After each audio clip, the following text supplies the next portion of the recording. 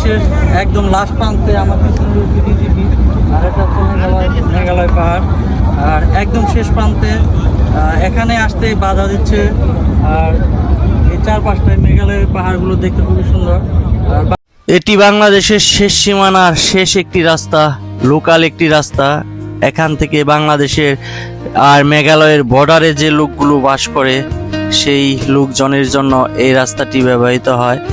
বাংলাদেশের যে বিজিবি সদস্য আছে, বিজিবি যে গার্ড রয়েছে, তারাও এই রাস্তাটি ব্যবহার করে। খুবই সুন্দর একটি রাস্তা।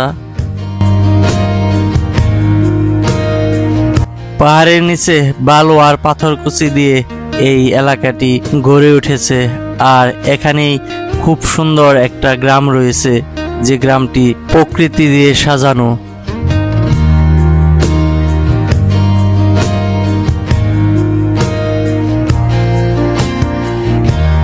বাংলাদেশের যে ভ্রমণ পিয়াসী লোকগুলো আছে তারা এখানে এসে দেখেন, এখানে এসে এই জাদুঘাটা নদীতে তারা গোসল করছে।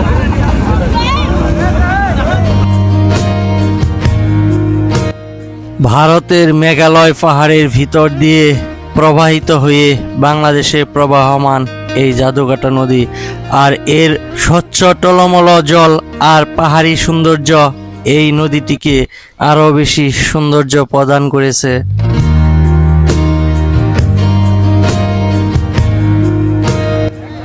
প্রাকৃতিক সৌন্দর্যে ভরপুর, সহজে মন কাড়ে এই জাদুকাটা নদী।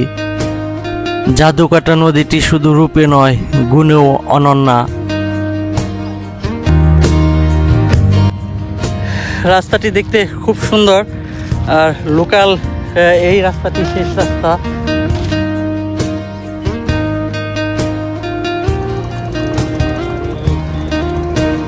জাদুকাটা নদীটি সারা বছরই ব্যস্ত থাকে, তবে এই সময়ে আরো বেশি ব্যস্ত, কারণ ভারতের মেঘালয়ের ঢলে যে পাথর এবং বালু এই নদীতে চলে আসে, সেই বালু এবং পাথর তুলতেই এখন জাদুকাটা ব্যস্ত হয়ে উঠেছে।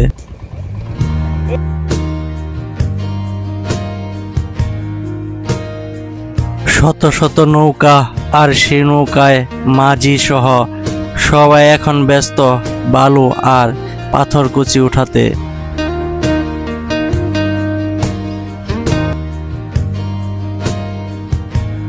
এ যেন এক দারুণ দৃশ্য। পাহাড়ের নিচে শত শত নৌকা, আর সেই নৌকায় ব্যস্ত দিন কাটাচ্ছে স্থানীয় লোকেরা।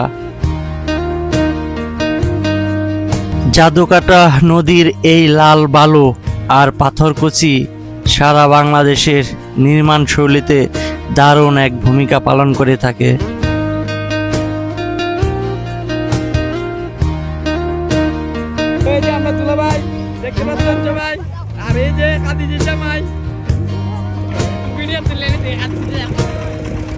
টলটলে স্বচ্ছ নীল জল আর বরফের মতো শীতল জাদুকাটা নদীর এই পানিতে ভ্রমণ পিয়াসীরা ব্যস্ত দিন কাটায় মাছের মতো সাঁতার কেটে কেটে।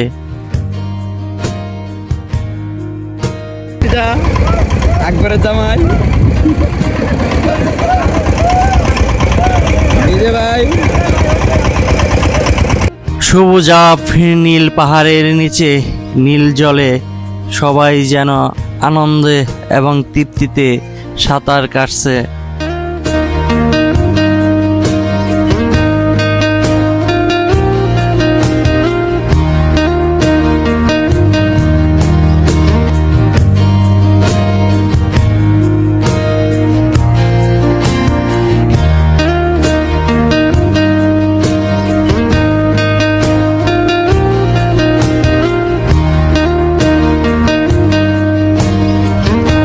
আমার ভ্রমণের এই জায়গাটি অত্যন্ত প্রিয় একটি জায়গা। আর এখানেই যেন চোখ থেমে যায়, তবুও মন থামে না, মনে আগ্রহ বাড়ায়। মন বলে যদি যেতে পারতাম ওই পাহাড়ের গায়ে, যদি যেতে পারতাম ওই পাহাড়ে, তাহলে আরও না কতই ভালো লাগতো, আরও না কত অজানা জিনিসই দেখতে পারতাম। সাধারণের মাঝে অসাধারণ এই জায়গাটি আমি দেখে খুবই আনন্দিত, আপনাদেরকে দেখাতে পেরেও আনন্দিত। ধন্যবাদ সবাইকে।